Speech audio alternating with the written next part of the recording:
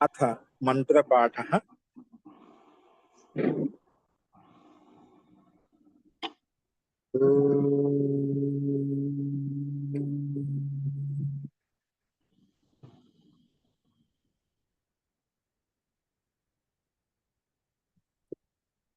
सहनाववतु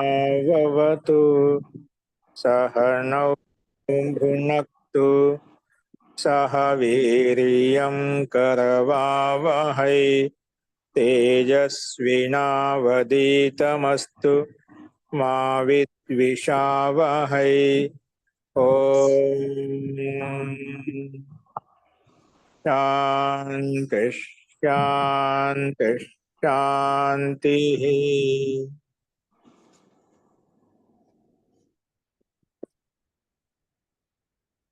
सर्वेभ्यो नमः। अंदरिकी नमस्कार।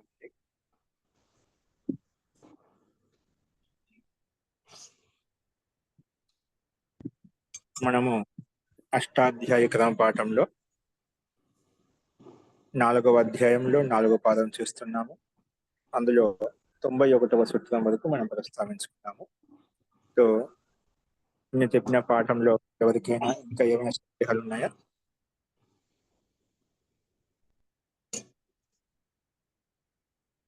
అస్తు ప్రకృత మనసురామః. చూడండి, 4వ పాదంలో 92వ సూత్రము స్లైడ్ మీద కనిపిస్తుంది, గమనించండి.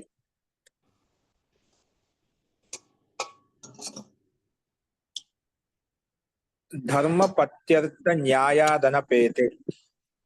ధర్మ పత్యర్థ న్యాయాదనపేతే. న్యాయాదనపేతే ఇది సూత్రం. మనకు పద విభాగం వచ్చేసి ధర్మ పత్యర్థ న్యాయాత్ పంచమే విభక్తి ఏకవచనం, అనపేతే సప్తమి విభక్తి ద్వివచనం. సమాసః ధర్మశ్చ పతిశ్చ అర్థశ్చ న్యాయశ్చ ఇతి న్యాయః. తస్మాత్ న్యాయాత్. తస్మాత్ ధర్మపత్యర్థ న్యాయాత్ ఇది సమాహ. సమస్త న్యాయం వస్తుంది. ధర్మశ్చ పతిశ్చ అర్థశ్చ న్యాయశ్చ ఇది న్యాయం. తస్మాత్ ధర్మపత్యర్థ న్యాయాత్ ఇది సమాహార ద్వంద్వ సమాసం. అస్తు. అనువృత్తి వచ్చేసి నైతత్పురుష సమాసః.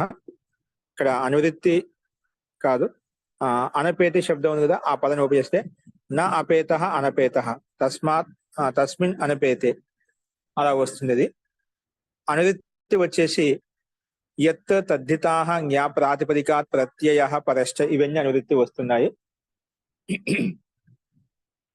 అర్థం గమనిస్తే గిన సూత్రంలో ఉండే పదాలు ఇక్కడ తీసుకుంటాం పద విభాగపూర్వకంగా. ధర్మ పథిన్ అర్థ న్యాయ. ధర్మ పథిన్ అర్థ న్యాయ ఇత్యేతేభ్యః పంచమే సమర్థేభ్యః ప్రాతిపదికేభ్యో అనపేత ఇత్యేతస్మిన్ అర్థే. ఏంటి? అనపేత ఇత్యేతస్మిన్ అర్థే యత్ ప్రత్యయో భవతి. యత్ ప్రత్యయో భవతి. అనపేత अर्थ में या यद प्रत्यय हुआ. ना अपेतः अनपेतः. अनपेत कहते हैं अनुकूल को. అందుకే అనుకూలంగా ఉండదని అనపేతం అంటాం. అనుకూలంగా లేదని నా అపేతః అనపేతః అంటే ప్రతికూలంగా. అంటే అనుకూలంగా ఉంటే అనపేతము, అపేతము సారీ, అది అనుకూలంగా లేకపోతే అనపేతం అవుతుంది. ఎందుకంటే నైతత్పురుష సమాసం చేశాం. నా అపేతః అనపేతః అని చెప్పి. ఓకే, ఇక్కడ అనపేత్ कहते हैं అనుకూల్ को. अच्छा, విపరీతంగా చెప్పాను. అనపేత్ कहते हैं अनुकूल को. అనుకూలంగా ఉండదని అనపేత్ అంటాము. जो धर्म से अनुकूल हो वो धर्मी होगा. అంటే ధర్మానికి అనుకూలంగా ఉంటేనే ధర్మ్య అని చెప్పుకుంటాం. इसी प्रकार और में सजे అనపేత్ कहते अनुकूल.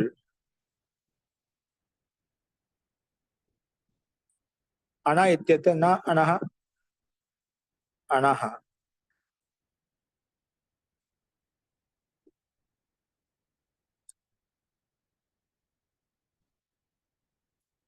ధర్మ అనపేత. ధర్మానికి అనుకూలంగా ఉండే ధర్మ్యం అంటాం. మార్గానికి అనుకూలంగా ఉండేవాడిని పథ్యం అంటాం.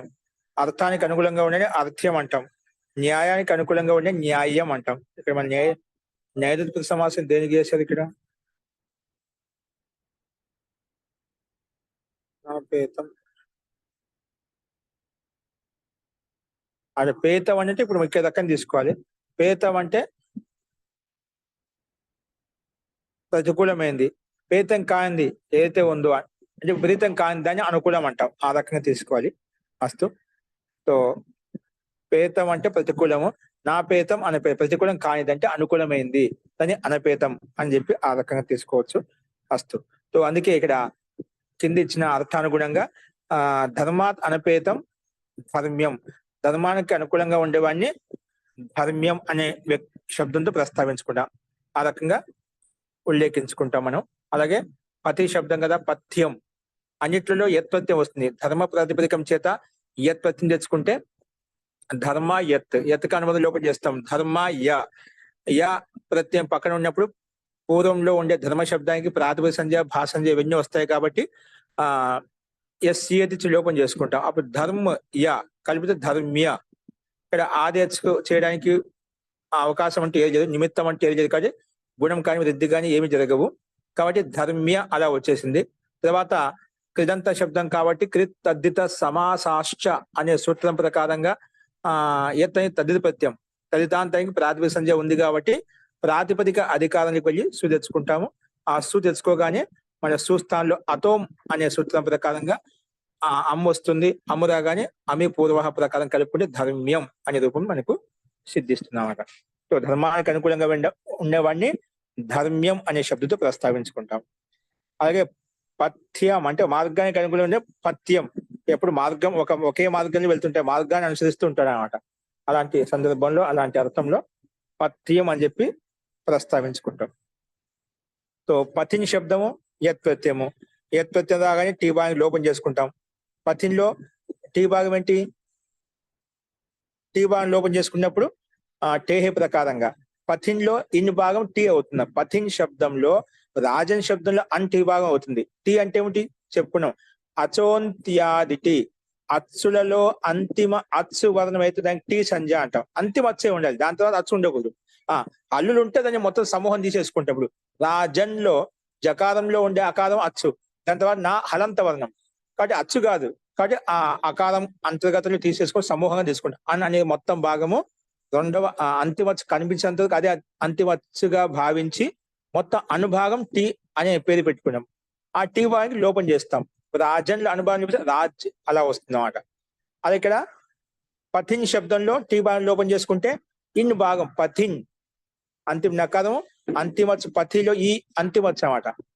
ఈతో యుక్తమైనటువంటి నకార హలంతం అది కూడా తీసుకుంటాం. ఇన్ భాగం టీ అని పేరు పెట్టబడింది కాబట్టి ఆ టీ భాగానికి టేహి అనే సూత్రము లోపం చేస్తుంది. అప్పుడు పత్ పక్కన యా కలిపితే పత్య సు తెచ్చుకుంటాం. మన సుస్థానంలో అమ్మి పూర్వ చేసుకుంటే పథ్యం అనే రూపం సిద్ధిస్తుంది. అలాగే అర్థ శబ్దం చేత యత్ అర్థ యస్య లోపం అర్థ్య సు అమ్మి పూర్వ అర్థ్యం. న్యాయ శబ్దం చేత న్యాయ ప్లస్ యత్ ఒక యత్ ప్రత్యయం పక్కన ఉంటే పొదువుకి భాషంజ ఉంది కాబట్టి యకారంలో అకారం లోపిస్తుంది. ఎస్సీ లోపం ప్రకారంగా అప్పుడు న్యాయ కలిపితే న్యాయ డబల్ యకారం వచ్చేసింది. ఎత్తులో కూడా యా కలిస్తే న్యాయ తర్వాత సుస్థానంలో అమ్మి పూర్వ చేసుకుంటే న్యాయం అనేది మనకు సిద్ధిస్తుంది. కాబట్టి న్యాయానికి అనుకూలంగా, ధర్మానికి అనుకూలంగా, మార్గానికి అనుకూలంగా ఉండేటువంటి వ్యక్తిని, అర్థానికి అనుకూలంగా ఉండేటువంటి ధనానికి అనుకూలంగా ఉండేటువంటి వ్యక్తిని ఈ రకంగా ఈ నామకరణాలతో మనం ప్రస్తావించుకుంటాం. అస్తు స్పష్టంగానే ఉంది. నెక్స్ట్ చూడండి. ఛందస్సో ఏంటండి? ఇష్ట ప్రత్యాలకే లోపం అవుతుందా? టిసన్యకము ఇమనిచ్చు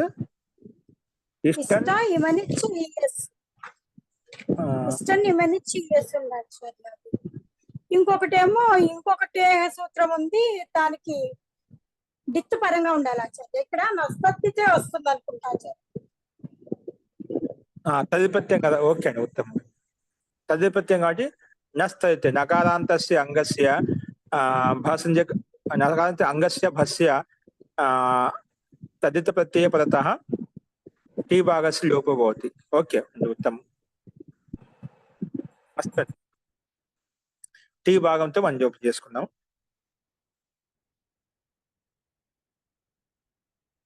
ఇష్టన్ ఇమనిట్స్ పైనుంచి అనుమతి వస్తుంది అన్నమాట।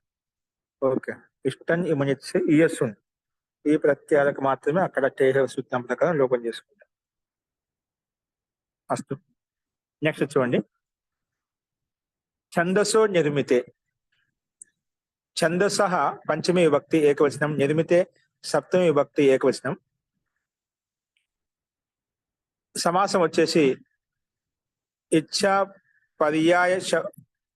పర్యాయ ఛందో అత్ర గృహ్యతే ఇచ్ఛా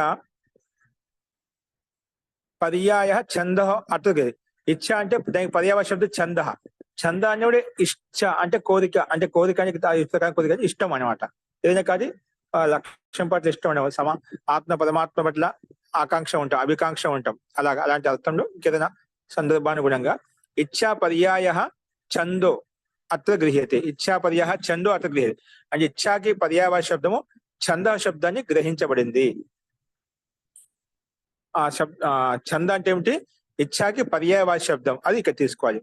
ఛంద శబ్ద యహా ఇచ్ఛా కా పర్యాయవాచి లియా గయా హై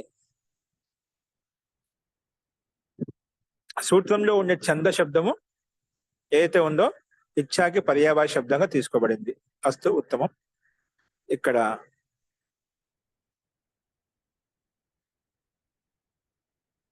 ఈ శబ్దం ఎక్కడ కూడా విన్నాము అస్తు చూద్దాం। यहाँ भी अर्थ के सामर्थ्य से तृतीय सामर्थ्य विभक्ति ली गई है।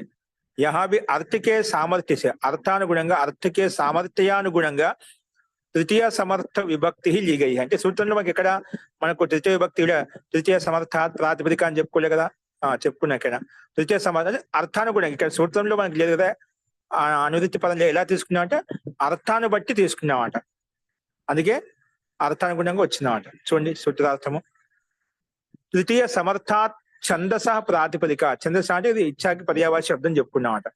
తృతీయ సమర్థాత్ ఛందసః ప్రాతిపదిక నిర్మిత అంటే ఉత్పన్నం చేయడంలో నిర్మించే అర్థంలో నిర్మిత ఇది ఏతస్మిన్ అర్థే యత్ ప్రత్యయో భవతి యత్ ప్రత్యయం వస్తుంది। అత్రాపి ప్రత్యయార్థ అనురోధాత్ కింద చెప్పుకున్న తాత్పర్యమే అత్రాపి ఇక్కడ కూడా ప్రత్యయార్థ అనురోధాత్ ప్రత్యయ యొక్క అర్థానురోధ కారణంగా తృతీయ సమర్థ విభక్తి ద్రష్టవ్య తృతీయ విభక్తితో యుక్తమటి విభక్తి ఇక్కడ ద్రష్టవ్య చూడాలి అంటే అక్కడ ఆ రకంగా తీసుకోవాలి। అందుకే ఇక్కడ ఉదాహరణ కూడా ఛందసా నిర్మిత ఛందస్సు ద్వారా నిర్మించబడిందని ఛందస్య అంటాం అంటే ఇచ్ఛానుగుణంగా నిర్మించబడిన దాన్ని ఛందస్ అంటే ఏం చెప్తున్నాం ఇచ్ఛాకి పర్యాయ శబ్దం కదా ఇష్టపూర్వకంగా నిర్మించబడిందని మనము ఇక్కడ ఛందస్య శబ్దంతో ప్రస్తావించుకున్నమాట। అందుకే ఛందస తృతీయ విభక్తి ఏకవచనమాట।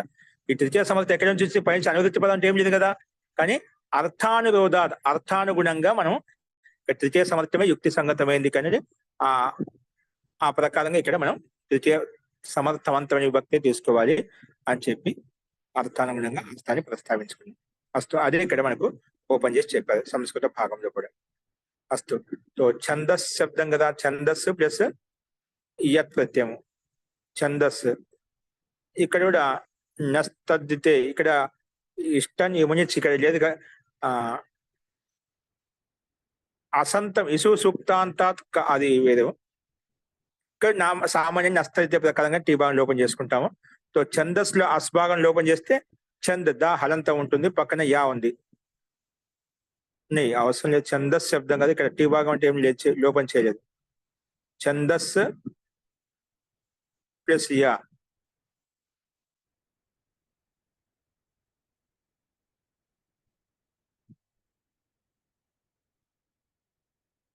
ఛందస్య ఛందస్ శబ్దమే తీసుకున్నాము। యహా బి అర్థ సామర్థ్య ఛందస్ ఇక్కడ అసుభాగానికి లోపించేమో ఇసు ఇష్టం నిషేధ సూత్రం ఎక్కడ ఏమైనా ఉండదా నిషేధం ఇచ్చారు ఎక్కడ ఏమైనా ఇసంతం ఉన్నా అసంతం ఉంటే అక్కడ త్రిభాగి లోపం కాదని ఈ ప్రాతిపదికమే ఛందస్ కదండి గురుగారు ఛందస్ ప్రాతిపదికం ఛందస్ ప్రాతిపదికం కదా ఆచార్య ఆ, మూల ప్రాతిపదిక తీసుకోండి. ఇది ఆ లోపం ఏం లేదు అసలు. గా వచ్చేస్తుంది. లోపం ఏం కాదు ఆచార్య. అస్తు. లోపం చేయడానికి కూడా నిమిత్తం అంటూ ఏదైనా కారణం ఉండాలి. కారణం ఉంటే మనం ఇక్కడ ఛందస్య శబ్దమే కావాలి కాబట్టి మనకు లోపం చేయాల్సిన అవసరం కూడా లేదు, ప్రాప్తి కూడా లేదు. ప్రాప్తి అంటే మనం చేసుకోవచ్చు. కానీ ఇక అంటే అకార్య అంటే ఇక్కడ అంటే ప్రయోజనం లేదు, ప్రయోజనాభావ. కాబట్టి మనకు కావాల్సిన ఛందస్య కాబట్టి లోపం చేసుకుని మనకు యుక్తి సంబంధం కూడా కాదు, మనం ఇష్ట సిద్ధి కొరకు ఛందస్ మూల ప్రాతిపదిక తీసుకుంటాం. ఛందస్ మూల ప్రాతిపదిక తీసుకుంటాం. అస్తు. ఛందస్సు యా ఛందస్య తర్వాత సు తెచ్చుకొని ఋత్వ విసర్గం చేసుకుంటే ఛందస్య. అస్తు. అంటే మనకు ఏదైనప్పుడు ఆ ప్రాప్తి ఉంటే ఖచ్చితంగా చూపించాలి. చూపించినప్పుడు ఏమవుతుందంటే దానికి నిషేధించే సూత్రం లేనంత వరకు మనం ఏం చేయలేదన్నమాట. వాటికి ప్రయోజన అభావం అన్నమాట. అస్తు. నెక్స్ట్ చూడండి, నిర్మితే శబ్దానికి అనువృత్తి వస్తుంది. ఉరసోన్ చ ఉరసోన్ చ ఉరసోన్ చ. ఉరసః పంచమి విభక్తి ఏకవచనం, అన్ ప్రథమ విభక్తి ఏకవచనం, చ అవ్యయపదం. అనువృత్తి వచ్చేసి నిర్మితే యత్ తద్దితాః జ్ఞా ప్రాతిపదికాత్ ప్రత్యయః పరశ్చ. ఇవన్నీ అనువృత్తి వస్తున్నాయి. అర్థః తృతీయ సమర్థాత్ ఉరసః ప్రాతిపదికాత్ నిర్మితే అర్థే అన్ ప్రత్యయో భవతి. నిర్మితే అర్థే అన్ ప్రత్యయో భవతి. యత్ చ, అలాగే యత్ ప్రత్యయం కూడా వస్తుందన్నమాట. సో తృతీయ సమర్థాత్ ఉరసః ప్రాతిపదికాత్, సూత్రంలో ఉరసః ప్రాతిపదిక ఆలోచించారు మనం ఇక్కడ. ఆ ప్రాతిపదిక నిర్మించే అర్థంలోనే ఇక్కడ అనుప్రత్యయం వస్తుంది. కాబట్టి చకారం చేత పైనుంచి యత్ ప్రత్యయం కూడా తీసుకున్నాం, యత్ చ. అందుకే ఇక్కడ తృతీయ సమర్థం కాబట్టి ఉరసా నిర్మితః ఔరసః పుత్రః, యత్ ప్రత్యయం ఉరస్యః అని చెప్పి ఇక్కడ ప్రస్తావించబడింది. ఔరస్ ప్లస్ ఉరస్య అప్నే సగే పుత్రకు కేతే. ఔరస్ అంటే నీకటి మన రక్త సంబంధం అంటాం కదా, అని ఔరస్ పుత్రుడు అంటే సొంత పుత్రుడు, తన రక్త సంబంధంతో యుక్తమైన పుత్రుడు అంట. అతని ఔరస్ లేదా ఉరస్య అన్య ఔరస్య రెండు ఒకటే అన్నమాట. హృదయ కుమారుడు అంటుంటామట నా.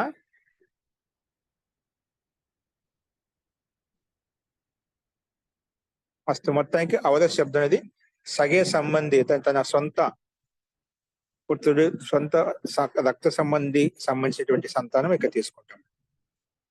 ఉరసా నిర్మిత సొంత పుత్రుడుగా నిర్మించబడింది ఏదైతే ఉందో దాన్ని ఔరసః పుత్రః అంటాం.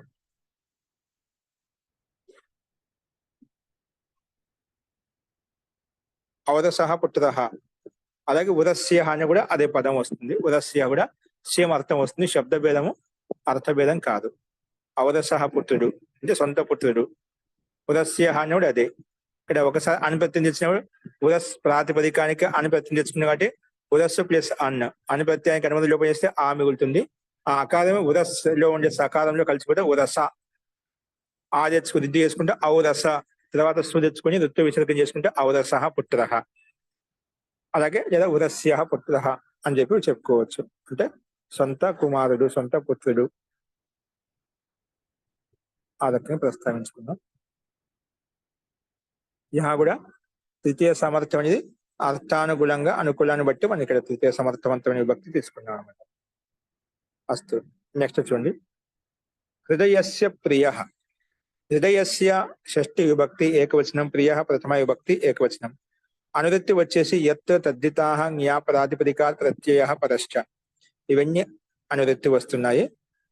అర్థః షష్ఠి సమర్థాత్ హృదయ ప్రాతిపదికాత్ ప్రియ ఇత్యేతస్మిన్ అర్థే యత్ ప్రత్యయో భవతి. షష్ఠి సమర్థవంతమైనటువంటి హృదయ ప్రాతిపదికం చేత ప్రియ ఇది ఏతస్మిన్ అర్థే యత్ ప్రత్యయో భవతి, యత్ ప్రత్యయం వస్తుంది. షష్ఠి సమర్థం తీసుకోండి. సూత్రంలో హృదయస్య షష్ఠి భక్తి ఏకవచనంలో ఉంది. అందుకే ఇక్కడ షష్ఠీ సమర్థాత్ హృదయ ప్రాతిపదికాత్ ప్రియ ఇత్యేతస్మిన్ అర్థే యత్ ప్రత్యయో భవతి. అస్తు. అందుకే హృదయస్య ప్రియో హృద్యః దేశః హృద్యా కన్యా. హృదయస్య ప్రియో హృద్యో దేశః హృద్యా కన్యా. హృత్ ప్రాతిపదికం చేత హృదయ ప్రాతిపదికం చేత హృదయ ప్రాతిపదికం చేత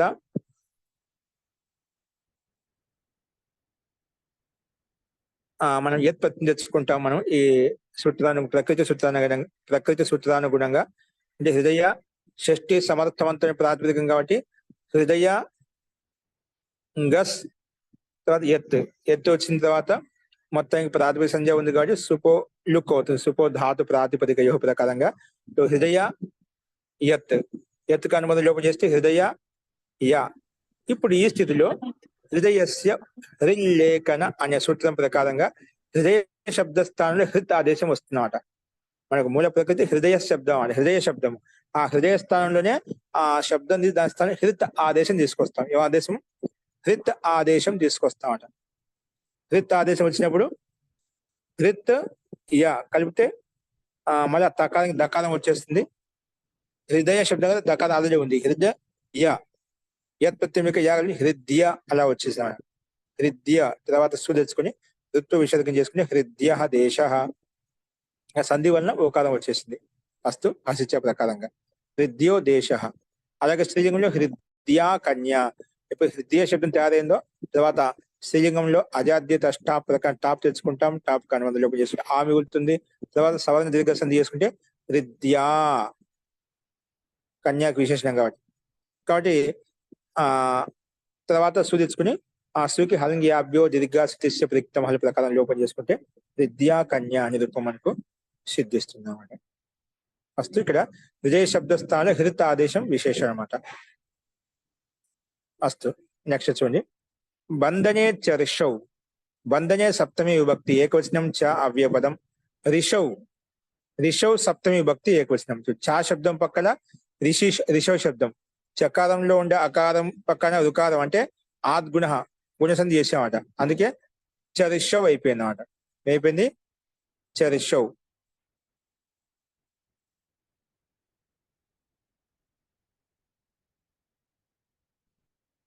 అస్తు. అనువృత్తి వచ్చి హృదయస్య యత్ తద్దితాః జ్ఞా ప్రాతిపదికాత్ ప్రత్యయః పరశ్చ ఇవన్నీ అనువృత్తి వస్తున్నాయి. అర్థః షష్ఠీ సమర్థాత్ హృదయ శబ్దాత్. చూడు హృదయ శబ్దం కూడా పైన చదివితే వస్తున్నట. షష్ఠీ సమర్థాత్ హృదయ శబ్దాత్ వందన ఇత్యేతస్మిన్ అర్థే. అక్కడేంటి? ప్రియ ఇత్యేతస్మిన్ అర్థే. ప్రియార్థంలో మనం తెచ్చుకునే ఇక్కడేమో బంధనార్థంలో బంధన ఇత్యేతస్మిన్ అర్థే. బంధన ఇత్యేతస్మిన్ అర్థే రిషౌ అభిధేయే యత్ ప్రత్యయో భవతి.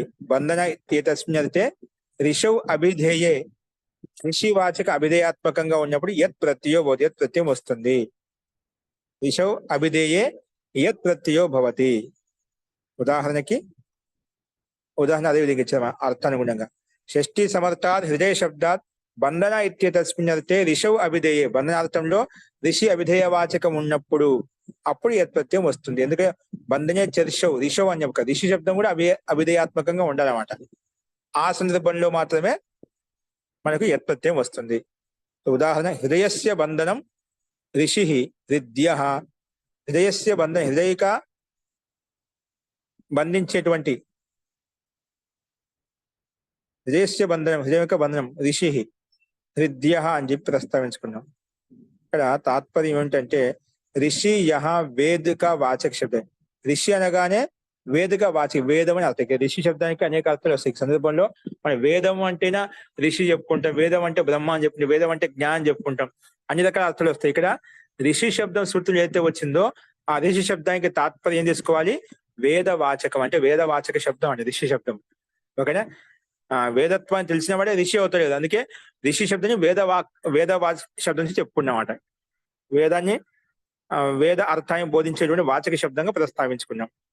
जो मनुष्य वेदों को पढ़कर वेदोक्त धर्मादि का निश्चय करता है అంటే ఏ మనుషులైతే ఎవరైతే ఏ బ్రహ్మచారులైతే ఏ సాధకులైతే ఏ మనుషులైతే ఏ గృహస్థులైతే ఎవరైనా కావచ్చు जो मनुष्य वेदों को पढ़कर వేదాలను చదువుకొని వేదోక్త ధర్మాధిక నిశ్చయకర్త వేదంలో చెప్పిన ధర్మానుష్ఠాన క్రియాకలాపాలు ఏవైతే ఉన్నాయో వాటిని నిశ్చయించుకుని అదే విధంగా ఆచరిస్తారో ఉస్కా హృదయ ధర్మాది కృత్యమే బంద్ జాతాయి అటువంటి వ్యక్తికి యొక్క హృదయం ధర్మబద్ధం అయిపోతుంది. అతని హృదయం ఎల్లప్పుడు ధర్మాన్ని అనుసరిస్తున్నమాట.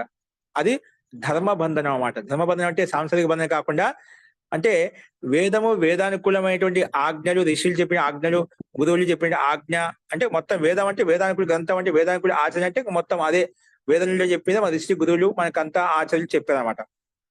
అంటే వేదానుకూలమైన ఆ అర్థాన్ని వేదానుకూలమైన ఆచరణాన్ని వేదానుకూలమైనటువంటి నియమాలను ఎవరైతే ఆచరిస్తారో ధర్మబద్ధమైన ఆచరణ ఎవరైతే ఆచరిస్తారో అటువంటి వ్యక్తిని ఇక్కడ హృదయ బంధాన్ని ప్రస్తావించుకుంటే ఆ వ్యక్తికి ఎల్లప్పుడూ లేచినా పడుకున్నా ధర్మం గురించి ఆలోచిస్తాడు. ఏ కర్మ చేసినా ధర్మానుగుణంగా ఆలోచిస్తాడు. ఎందుకంటే వేదంలో ధర్మానుకూలమైనటువంటి ఆచరణ ధర్మానుకూలమైనటువంటి విధి విధానం చెప్పకూడదు అన్నమాట.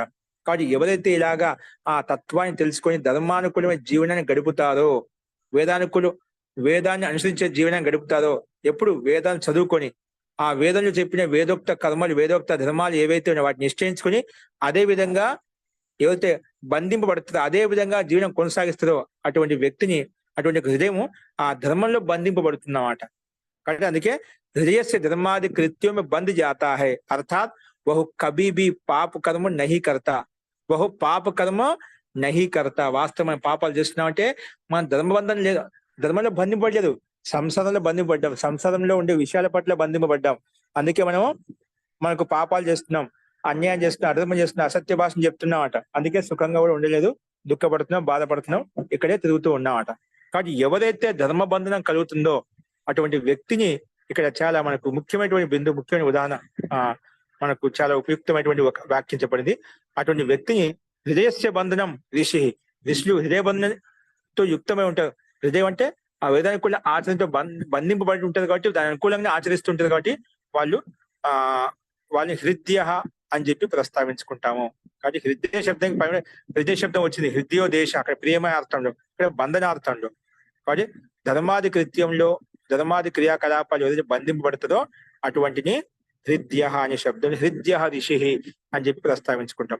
అర్థాత్ జో పాప కర్మ నహి కర్తా ఉస్ వేద కో హృదయ ఋషి కహేంగే.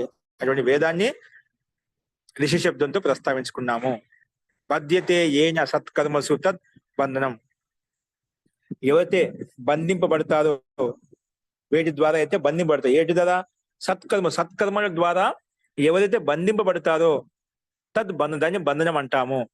ఎవరైతే అసత్కర్మల ద్వారా బంధింపబడతారో వారిని మనం అప్పుడు ఈ రకంగా ప్రస్తావించామాట. అప్పుడు దుర్బంధనం అయిపోదు, అప్పుడు అర్థం భిన్నంగా మారిపోతున్నమాట. ఇక్కడ సత్కర్మలు వేటి ద్వారా అయితే అంటే ఏ సత్కర్మల ద్వారా అయితే బంధింపబడుతుందో అతని బంధనం అంట. అదే బంధనం ఇక్కడ తీసుకోవాలి, ఆ బంధనాలతో సకారాత్మక తీసుకోవాలి. జిస్సే సత్కర్మ బందే బహు బంధన హై. ఎవరు సత్కర్మలో బంధింపబడుతుందో అదే బంధనం అన్నమాట. ఎవరైతే సత్కర్మలో బంధింపబడుతుందో అదే ఇక్కడ బంధనంగా తీసుకోవాలి. బంధనం అంటే మనం సాంసారిక బంధం తీసుకుంటాం, ఇద్దరు వ్యక్తుల మధ్య బంధనం తీసుకుంటాం, సంబంధం. ఓకేనా? సో ఐసా యహా సమజ్నా చాహియే. ఇక్కడ మాత్రము సత్కర్మల్లో ఉండేటువంటి ఆచరణ పద్ధతి ధర్మానుకూలమైన వేదానుకూల పద్ధతి ఏదైతే ఉందో అదే ఇక్కడ మనం తీసుకోవాలి. ఓకేనా? సో అటువంటి హృదయస్య బంధనం ఋషి విద్య అని చెప్పి అటువంటి వ్యక్తిని విద్యా శబ్దంతో ప్రస్తావించుకుంటారు. ధర్మబద్ధమైనటువంటి జీవనం కొనసాగిస్తుందో వాళ్ళు ఎప్పుడు పాపాలు చేయరు. మనసా వాచ కర్మణ అట్టి జీవనం చాలా సక్రియంగా చాలా జాగరూకంగా ఉంటున్నాడు అటువంటి వ్యక్తి, అటువంటి ఆత్మ. అందుకే ఋషులు వాళ్ళు ఎప్పుడు కూడా వాళ్ళ కనుచూపు అనేది కింద చూసుకుంటూ వెళ్ళిపోతారు, ఎక్కడ ఆలోచించదన్నమాట. అంత అలర్ట్ గా ఉంటాడు, అంత సక్రియంగా ఉంటాడు. పొరపాట్లు కూడా నేను మాట వ్యర్థంగా ఉండకూడదు. అందుకే పండితులు విద్వాంసుల యొక్క మనోవినోదం చేస్తే వాళ్ళ మనోవినోదం కూడా అది ఒక అర్థ గాంభీర్యంతో యుక్తమే ఉంటుంది అన్నమాట. కాబట్టి మనం ఏమైనా అటువంటి ధర్మానుష్ఠాన కర్మలు చేసేటువంటి వ్యక్తి ఎవరైతే ఉన్నదో ఆ వేదానుకూలమైనటువంటి పరమాత్మానుకూలమైన ఆచరణ ఏదైతే చేస్తుందో అటువంటి వ్యక్తి ప్రత్యేక ప్రత్యేక క్రియాకలాపాలను బాగా ఆచితూచి అడుగు పెడుతూ ఆచరిస్తూ అవలోకన పూర్వకంగా ఆత్మనిరీక్షణ పూర్వకంగా ముందుకెళ్తూ ఉంటామట. అటువంటి స్థితిని మనం ఉత్పన్నం చేసుకోవాలి. ఆ సంకేతం ఈ సూత్రం ద్వారా, ఈ సూత్రానుగుణమైన ఉదాహరణ ద్వారా మనకు స్పష్టమవుతుంది.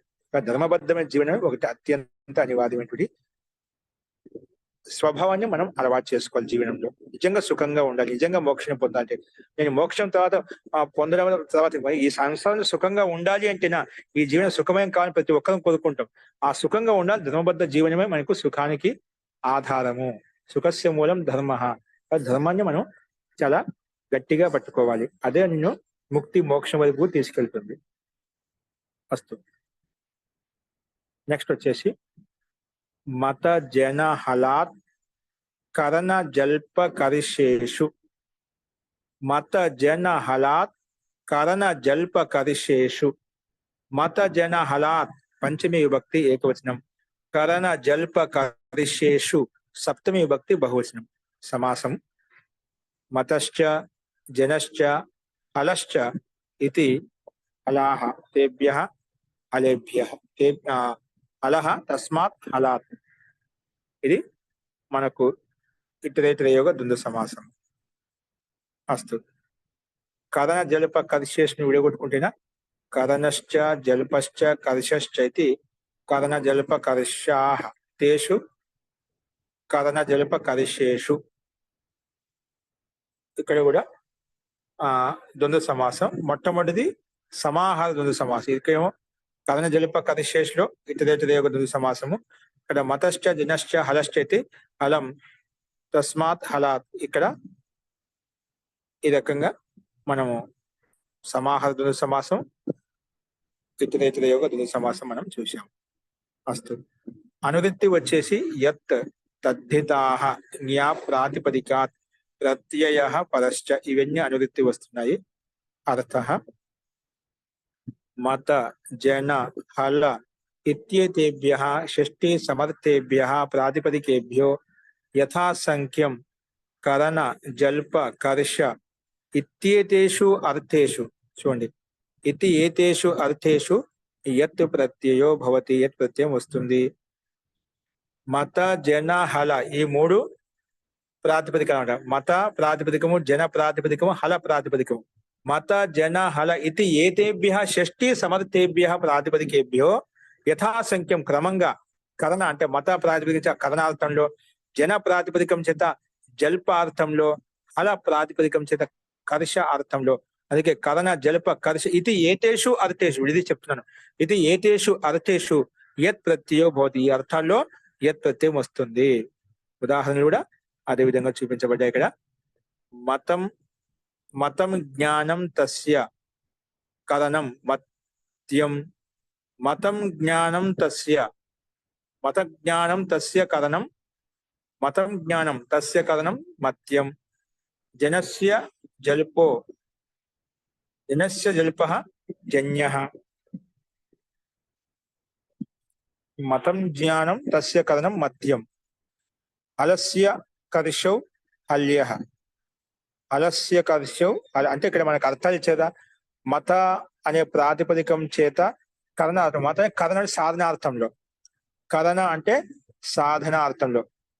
ఇక్కడ మతం జ్ఞానం తస్య కరణం అంటే కరణార్థంలో మత్యం వచ్చింది. మత ప్రాతిపదికం చేత యత్ ప్రత్యయం చేసుకుంటే మత్ య. తకారంలో ఉండే అకారం లోపిస్తే ఎస్ ఏదిచ్చే ప్రకారంగా మత్ య కలిపితే మత్య. తర్వాత సు తెచ్చుకుని ఋతు విసర్గం చేసుకుని మత్యం. అలాగే జనస్య జల్పోవా, జన ప్రాతిపదికం చేత జల్పార్థంలో యత్ ప్రత్యయం చేసుకుంటే జన యత్, జన య కలిపితే జన్య. జనాలో నకారంలో ఉండే ఆకారం ఎస్ ఏదిచ్చే లోపం చేసుకుంటాం. జన్య కలిపితే జన్య. తర్వాత సు తెచ్చుకుని ఋతు విసర్గం చేసుకుంటే జన్య. అల ప్రాతిపదికం చేత హల్య. ఇది కూడా సేమ్. అల యత్, అల య తర్వాత ఎస్ ఏదిచ్చే లోపము హల్ య కలిపితే హల్య. తర్వాత సు తెచ్చుకుని ఋతు విసర్గం చేసుకుంటే హల్య అనే రూపం మనకు సిద్ధిస్తున్నది. హల అనే ప్రాతిపదిక కర్షౌ, కర్షతే అనే అర్థంలో హల్య అంటాం. అంటే దున్నే అర్థంలో, కర్షణం ఇలాంటి అర్థంలో మనకు హల్య అనే శబ్దాన్ని ప్రయోగించుకుంటాం. కరణ జల్ప कर्ष अर्थ यह प्रत्यय होता है. यहाँ भी प्रत्यार्थी की अनुकूलता से సమర్థ విభక్తి का గ్రహణ है ఇక్కడ ప్రత్యార్థానుగుణంగా సమర్థ విభక్తికి అనుకూలమైన విభక్తిని మనం ఇక్కడ షష్ఠి సమర్థమైనది అనుకూలమైనది కాబట్టి షష్ఠి సమర్థమైన అనే అర్థాన్ని ఇక్కడ మనం అర్థానుగుణంగా సమర్థ విభక్తిని మనం తీసుకున్నాం. అస్తు ఒక సూత్రం చూడండి. తత్ర సాధు తత్ర సాధు తత్ర అవయ పదము సాధు ప్రథమ విభక్తి ఏకవచనం. అనువృత్తి వచ్చేసి యత్ తద్దితాః జ్ఞా ప్రాతిపదికాత్ ప్రత్యయః పరశ్చ ఇవన్నీ అనువృత్తి వస్తున్నాయి. అర్థః సూత్రంలో తత్ర సప్తమి అంతం కాబట్టి మనకు సప్తమి విభక్తి సప్తమ్యాస్తలి ప్రకారంగా తత్ర శబ్దం తయారైంది. అక్కడ తొలి ప్రత్యయం వచ్చినాక అవ్యయ సంధ్య వచ్చేస్తుంది. అందుకే అవ్యయం అని పేరు పెట్టుకున్నాం. తత్ర అవ్యయ పదం సాధు ప్రథమ విభక్తి ఏకవచనం అనే పద విభాగం చూసాం. ఇక్కడ సూత్రార్థానం గమనించినట్లయితే సప్తమి సమర్థాత్ ప్రాతిపదికాత్ సాధు ఇత్యేతస్మిన్ అర్థ సాధు అర్థంలో ప్రాతిపదిక ఏదైనా కానీ సప్తమి విభక్తితో యుక్త ప్రాతిపదికం ఏదైనా తీసుకోవచ్చు. సాధు అర్థం మంచి అనే అర్థంలో కుశలత అనే అర్థంలో మనం తీసుకోవాలి. సాధునే కుశలుడు, నైపుణ్యం కలిగిన వాడు, దక్షత కలిగిన వాడు, మంచి అనే అర్థంలో ఏదైనా కానీ సాధుత అనే అర్థంలో సాధు ఇత్యేతస్మిన్ అర్థే యత్ ప్రత్యయో భవతి. అందుకే ఇక్కడ సాధు అంటే ఏమిటంటే దానికి ఒక పరిభాష చెప్పారు. సామసు సాధు సామాన్య, సామసు సాధు సామాన్య, అలాగే వేమన్య కర్మణ్య, కర్మసు సాధు కర్మణ్య కర్మల్లో కుశలత కలిగినవాడు, వేమసు సాధు వేమన్య అంటాం. ఆ వేమ శబ్దం అనేది కొంచెం అర్థం సందర్భం బట్టి తీసుకోవచ్చు. అలాగే సామసు సాధు సామాన్య, సామసు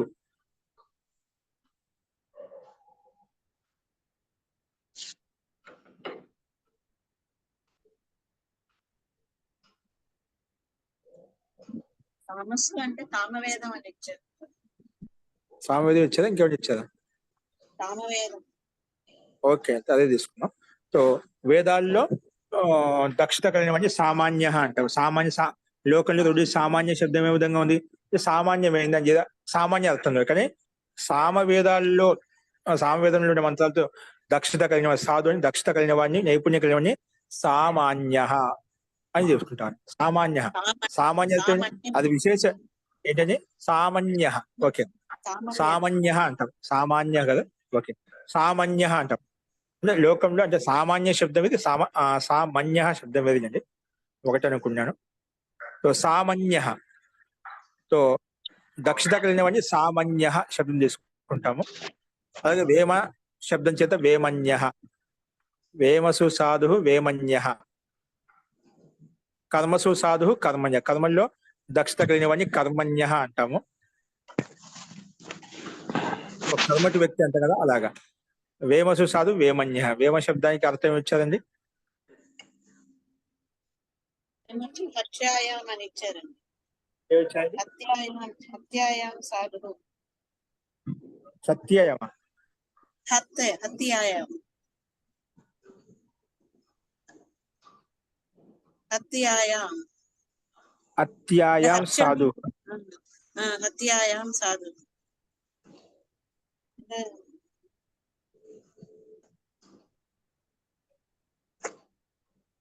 సాధు హత్యాయం అంటే తంటేవాళ్ళు, హత్యలు తీసేవాళ్ళు.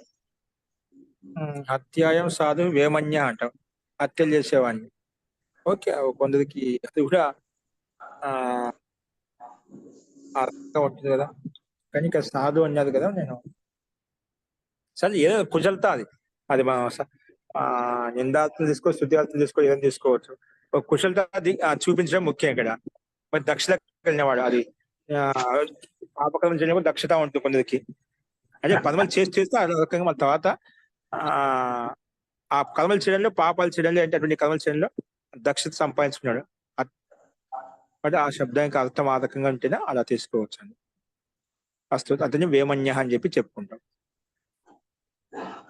ఇక్కడ సాధు యత్, సాధు యా, ఇక్కడ మన టీబాన్ ఓపెన్ చేసుకున్నాం. ఎందుకంటే సామాన్య శబ్దం కదా, కాబట్టి టీబాన్ నస్తదితే టీబాన్ ఓపెన్ చేసుకుంటే సాద్, టీబాన్ కేవలం ఊ ఒకటే అనమాట. కాబట్టి ఊకారం పోస్తే సాద్ యా కలిపితే సాద్ యా. ఇప్పుడు ఈ స్థితిలో ఏచ భావ కర్మణోహ అనే సూత్రం ప్రకారంగా ప్రకృతి భావ హోకర్, ప్రకృతి భావ హోకర్ అంటే ఇక్కడ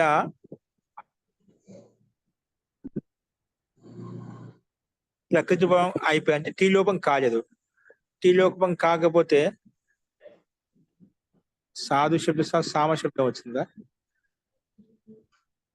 టీలో ప్రాప్త ఏచ భావ కర్మణోహ అనే శబ్దం నిషేధించింది. సామన్ శబ్దం కదండి.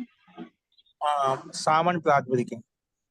సామన్ శబ్దం సామసు దానికి యత్ సాధు ప్రత్యయం సామాన్య. వస్తుంది. దానికి యత్ ప్రత్యయం వస్తుంది.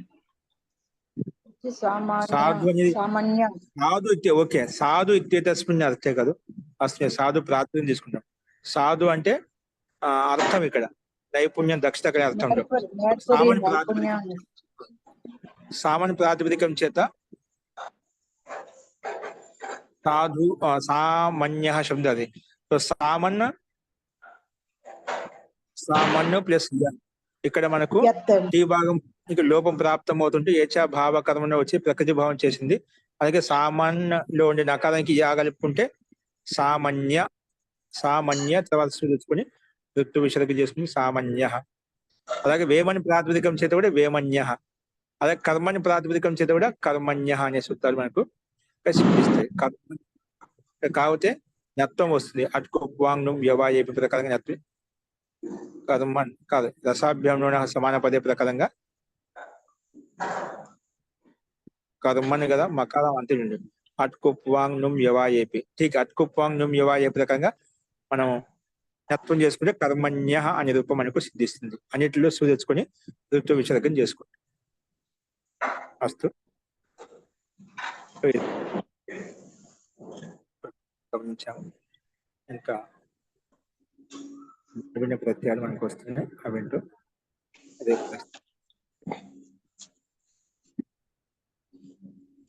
అస్తు శాంతః.